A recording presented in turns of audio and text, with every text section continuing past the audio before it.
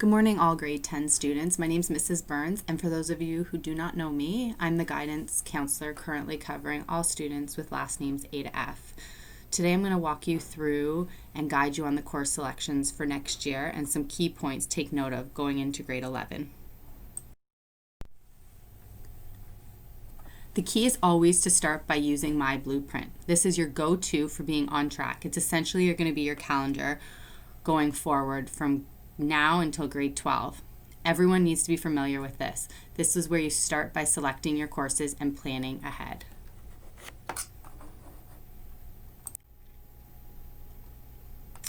For your Ontario Secondary School Diploma, you need to obtain 30 credits, 18 compulsory and 12 optional, 40 hours of community service, and usually most years it's the literacy test.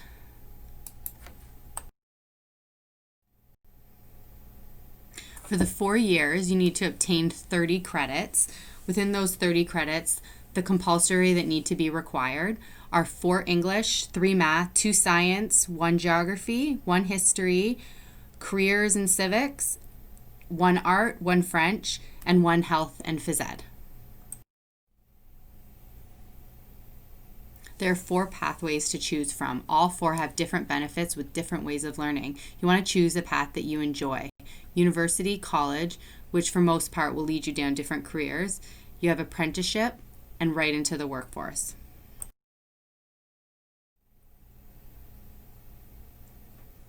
The 2 types of letters you will see within the course selection is the U level and the C level within the course code. U is more for independent, more theoretical learners, while C level is for hands-on learners with real-life applications.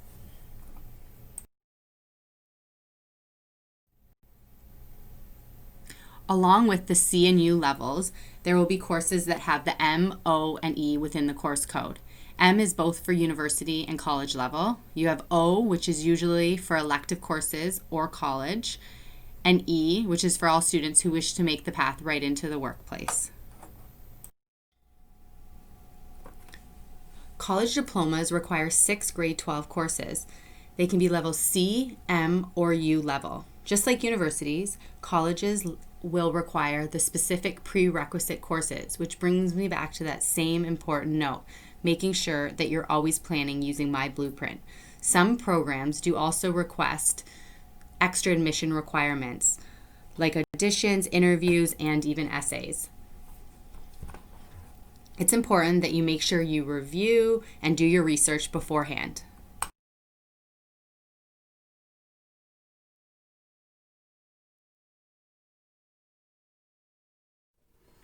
So university pathway. Students require 6 grade 12 U or M level courses to qualify for the general university admission. So this is why this comes into play now when you're selecting your grade 11 courses. So when you're selecting these grade 11 courses, you want to look at what requirements are needed for that post-secondary program you're looking at. So for example, if you want to do biology for you, you need to make sure you're selecting that prerequisite course, which is biology 3U, now in your course selection. This is so important to do your research and know the programs that you're interested in. The next 2 slides are an example of how important these grade 11 courses are, especially with subjects like math and science. Usually, the course in grade 12 requires the grade 11 prerequisite course, which you'd be choosing right now. This is why we need to do the research beforehand. Here's an example of the science courses, which also require many prerequisites when choosing your grade 11.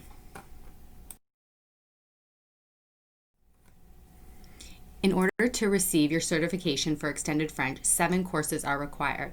If you are choosing for next year Extended French, please ensure you choose both HSP 3UX and FEF 3U0, as these are both required as grade 11 courses. Cooperative Education is also an option for you next year. There are 2 options available, a 2 or 4 credit co-op. If you've been interested in co-op, please select either COP2X, 2 credit, or COP4X, which is the 4 credit. You will also need to submit a supplementary application that can be found here in the guidance office. Once completed, please submit this to Ms. Edmonds, our co-op teacher. This is a great way to explore your field of interest, get some hands-on experience, and put some credits towards your college admissions. Sports Specialist High Skill Major, also known as CHISM. This is usually of interest for students who hope to be in a sports-related career. This requires a bundle of 9 related credits in grade 11 and 12. You can see it here below, which offers some great benefits. One being you receive a red seal designation on your OSSD. The second is some very beneficial training such as WMIS and CPR. One course that is required is the PAD 3MO, which is Outdoor Ed and Leadership. So a few key points regarding choosing your courses. You want to research all of your options very carefully. You want to pay attention to those post-secondary program requirements. This is very important. Talk to your teachers who teach those courses. Talk to some students you may know that have taken those courses. They're going to be the best first-hand advice on what those courses and subjects kind of underline. Get information regarding workload and type of projects you'll be doing. Is it presentations? Is it group work? Is it more hands-on?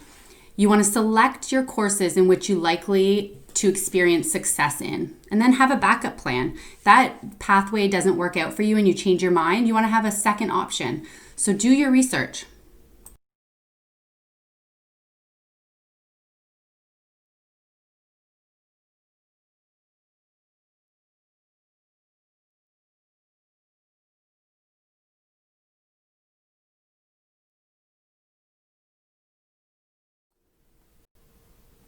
It is important that you complete your individual pathway plan tasks. These will help you and guide you if you're unsure of your post-secondary opportunities and options going forward. On the left-hand side of the screen under Home is where you will find the Task tab. Here is where we can either start or review the individual pathway plan. We want to get these tasks completed. They will help you going forward with your post-secondary goals and course selection.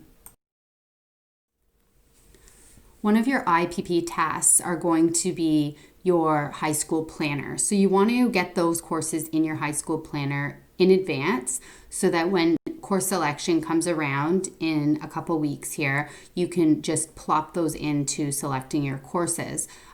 This will be an easier process. So in the meantime, you should be completing or have already completed your tasks. I know in some careers classes you were assigned to do some of these tasks. So some of you may have previously already done them.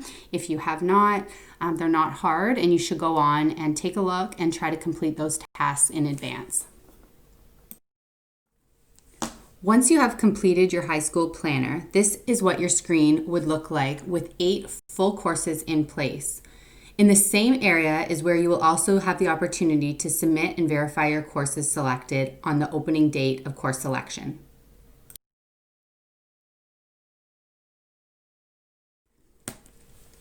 The verification process. First, you want to make sure you've completed a selection of a full 8 courses. Once this is completed and submitted, an email will be sent to your parents or guardians in regards to the verification. They will submit and complete the verification sign-off to confirm they're okay with the 8 courses you've selected. After this is done, the verification process is completed. So a few things you want to do to confirm the selection process. You want to research, most important, your options for choices. You want to select your courses through My Blueprint. You want to click Submit, and then you want to have a verification form confirmed by your parent guardian through their personal email, which they will sign off on. So course changes. Can you change your mind? Of course you can. So changes are probably the number one request I get. I think it's very common that you do change your mind, change your pathway, but I think it's important that you do your research now because we can't always accommodate those changes. So changes may be requested anytime until the end of the first week of classes in September. We will have a window this upcoming February where you can go ahead and make changes on My Blueprint. The issue is if you change your courses in September, there's no guarantees. So changes will be permitted based on course availability. So if you go ahead and decide that you want to take, for example, visual arts, that visual arts may be full. There's class limits. So if that's full, the only thing we can do for you is put you on that wait list. So you want to make sure you have all your required courses, because sometimes you'll be out of luck in the sense of getting that course that you need. So the last point is always what I've said is do your research now. Put that time and effort into selecting the right courses now, and you will have the best chance of getting the classes that you want and prefer and need going forward. So changing levels. For any level change, for example, English 2D academic to English 3C, that's the college level.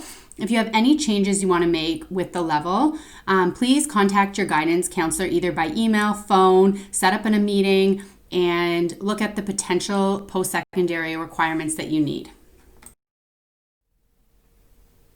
If you plan on taking any courses outside of Lorne Park, please do not register for those courses. It'll just take up some spots for a student who really needs those courses and plan on taking them here. So if you're taking one in summer school or you have one planned at another private school, please do not register for those courses. Okay, so I hope I was able to answer almost all the questions, guide you through the process for course selection. I will be holding a discussion on January 7th from 11:30 to 12:30 to answer any questions I may have missed or didn't go over and you need some more guidance or help. So please join the Google Classroom and feel free to ask me any questions during that time. The most important thing you can do from now until the upcoming fast approaching deadline for the course selection is you need to do your research. I know I went over this in the slides, but the most important thing you can do is research, and know your pathway and try to look at what you'd like to do in the future post-secondary.